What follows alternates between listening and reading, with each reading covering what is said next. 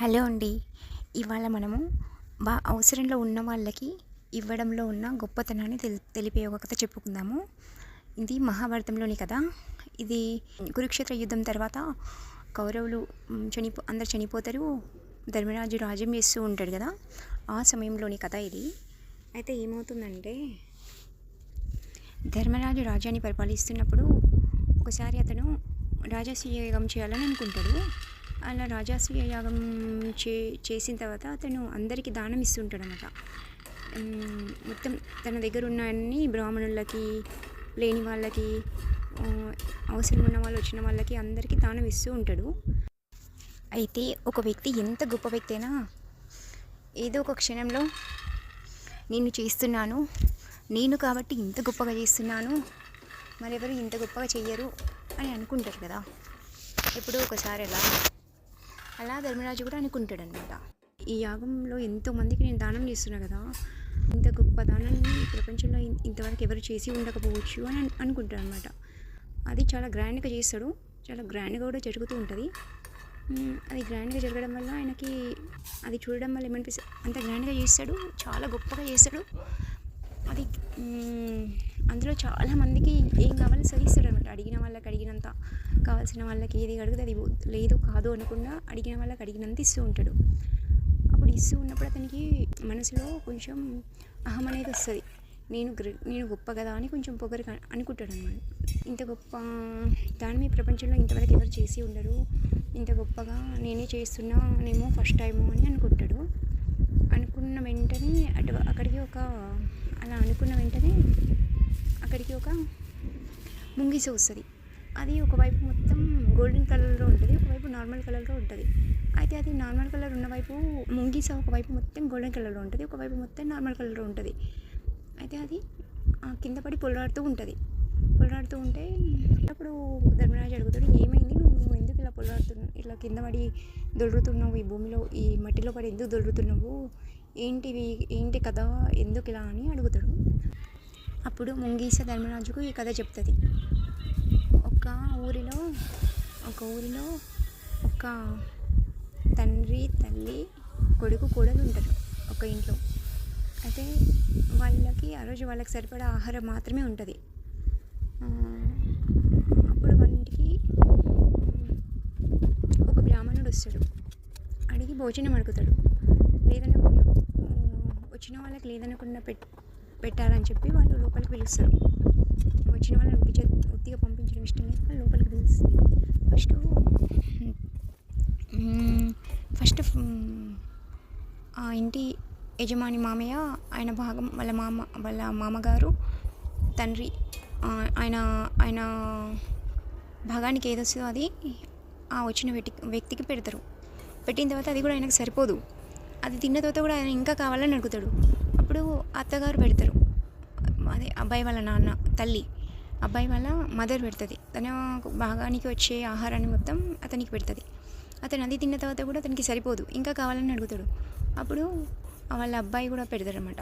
ఆయన భాగానికి వచ్చే ఆహారం మొత్తం పెడతాడు, అయినా సరిపోకపోతే ఇంకా కావాలని అడుగుతాడు. అప్పుడు ఆ ఇంటి వాళ్ళ కోడలు కూడా తన భాగానికి వచ్చే ఆహారాన్ని పెట్టేసేస్తుంది.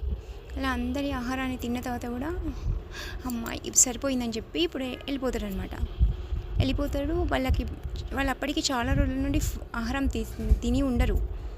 వాళ్ళకి ఎందుకో ఆ ఒక్కరోజు మాత్రము దొరుకుతుంది, అది తిందామని పెట్టుకుంటారు. ఎవరి భాగాలు వాళ్ళు చేసుకొని పెట్టుకుంటారు. అప్పుడే అతిథి వచ్చి అందరి వాటాని వచ్చిన వ్యక్తి తినేసి వాళ్ళని దీవించి వెళ్ళిపోతాడు కరెక్టే. కానీ వాళ్ళు అప్పటికి చాలా రోజుల నుండి తిని ఉండరు, వాళ్ళకి చాలా ఆకలి వేస్తూ ఉంటుంది.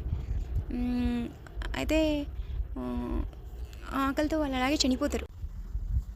అయితే మనకు అనిపిస్తూ ఉంటుంది కదా, అంత గొప్ప ఫ్యామిలీకి భోజనం ఎందుకు దొరకలేదు అన్ని రోజుల నుండి అని. అది ఎందుకు దొరకలేదంటే, అది పరీక్ష పెడతారనమాట ఇంద్రుడు. వాళ్ళ మంచితనము, వాళ్ళ దానగుణము ఎలాంటిదో చూద్దాము అని అనుకొని చాలా రోజుల నుండి దొరకనివ్వకుండా పసులు ఉంచుతాడు. ఒకరోజు మంచిగా ఫుడ్ దొరికేటట్టు చేసి ఆయనని అతిథిగా పోతాడనమాట. ఇది వాళ్ళని పరీక్షిద్దామని ఇది ఇంద్రుడు అనుకొని అలా చేస్తారు, దేవతలు అనుకొని ఇలా పంపిస్తారనమాట. అయితే వాళ్ళు చనిపోరు. చివరికి ఎప్పుడైతే ఇంద్రుడు మొత్తం భోజనం తిన్న తర్వాత వాళ్ళు చనిపోతారు. చనిపోయిన తర్వాత వాళ్ళని డైరెక్ట్గా విమానం వచ్చి పైన ఆకాశం నుండి విమానం వచ్చి వాళ్ళని తీసుకెళ్ళిపోతుంది. ఎందుకంటే వాళ్ళు చేసిన గొప్ప పని వల్ల వాళ్ళకు అలా చనిపోయిన వెంటనే వాళ్ళని పైనుండి ఇంద్రలోకం నుండి విమానం వచ్చి వాళ్ళని తీసుకెళ్ళిపోతుంది ఇంద్రలోకానికి. ఇది జరుగుతుంది. అంటే నేను ఇది ఎందుకు చెప్తున్నానంటే మళ్ళీ వాళ్ళు మంచి వాళ్ళకే కష్టాలు వస్తాయని మనం అనుకుంటాం కదా, అలా అనుకోకూడదు. ఎందుకంటే మంచి వాళ్ళకి ఎప్పుడు కష్టాలు రావు. మంచి వాళ్ళు ఎప్పుడు హ్యాపీగానే ఉంటారు. ఎందుకంటే మంచి వాళ్ళకు వాళ్ళు చేసిన మంచి ఎప్పుడు వాళ్ళని రక్షిస్తూ ఉంటుంది. ఇది మాత్రం నిజమే.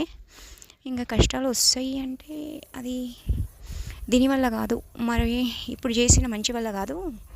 ఇంతకుముందు ఎప్పుడో ఒకప్పుడు చేసిన మనం చేసిన తప్పుల వల్ల ఇతరులకు ఏదన్నా హింసించడం, ఇతరులను బాధ పెట్టడం వల్ల మనం బాధపడతాం. అంతేగాని మనం ఎప్పుడు చేసిన మంచి వల్ల మనం నష్టపోవడం అనేది ఏం జరగదు. అది ఎప్పుడు మనకి మంచినే ఇస్తుంది. ఎక్కడైతే ఆ దానం జరిగిందో ఆ ప్లేస్లో కొన్ని మెతుకులు కింద పడినాయి. అయితే అవి నా ఒంటికి రాసుకుని ఇలా గోల్డెన్ కలర్ వచ్చింది. అయితే ఇటువైపు కూడా గోల్డెన్ కలర్ వస్తుందేమో అని చెప్పి అన్ని చోట్ల ఇలా ప్రయత్నిస్తున్నాను. కానీ ఎక్కడికి వెళ్ళి ప్రయత్నించినా కానీ ఎన్నో చోట్లకు తిరిగాను, గోల్డెన్ కలర్ వస్తుందేమో అని, కానీ రాలేదు. ఇక్కడ ఇంత పెద్ద యాగం జరుగుతుందని తెలుసుకొని కనీసం ఎక్కడైనా బంగారు వర్ణాన్ని మార్చుకుందామని ఎంతో ఆశతో వచ్చాను. కానీ ఏమి లాభం, ఎంత చేసినా కానీ కలర్ మాత్రం మారడం లేదు, అలాగే ఉంది అని చెప్తుంది ఆ ముంగీస. అప్పుడు అతనికి అర్థమవుతుంది నేను ఎంత పొరపాటు పడినాను, నేనే గొప్ప, నా అంత దానం చేసేవాళ్ళు ప్రపంచంలో ఎవరు లేరు. ఇంతకు ముందు క్షణం వరకు నేను అనుకున్నా నేనే చాలా గొప్ప, నేను చేసినంత దానం ఈ ప్రపంచంలో ఎవరు చేయలేరని అనుకున్నా. కానీ వాళ్ళు చేసిన దాంట్లో నాది ఒక అణువంత కూడా కాలేదు, దీని శరీరం రంగు మారలేదు అని అతనికి అప్పుడు రియలైజ్ అవుతాడనమాట. అప్పుడు అతనికి అనిపిస్తుంది నేను ఎంత పొగరుగా అనుకున్నాను అని అతను అనుకుంటాడు. ఎప్పుడైతే మనం నాకన్నా గొప్పగా ఇంకెవరూ చేయరు, నేను కాబట్టి ఇంత గ్రాండ్గా చేశాను, ఇంత గొప్పగా చేశాను అని మనం ఎప్పుడైతే అనుకుంటామో ఆ మరుక్షణమే మనకన్నా గొప్పగా ఇంకా గ్రాండ్గా చేసే వాళ్ళు వచ్చి అది చేసి చూపిస్తారు. ఇలా మనకన్నా గొప్పవాళ్ళు లేరని మన గురించి మనం అనుకున్న ప్రతిసారి ఈ ప్రకృతి మనకన్నా గొప్పవారిని మన ముందు ఉంచి చూపిస్తుంది. ఇలా మీకు ఎప్పుడైనా అనిపించిందేమో తెలియజేయండి.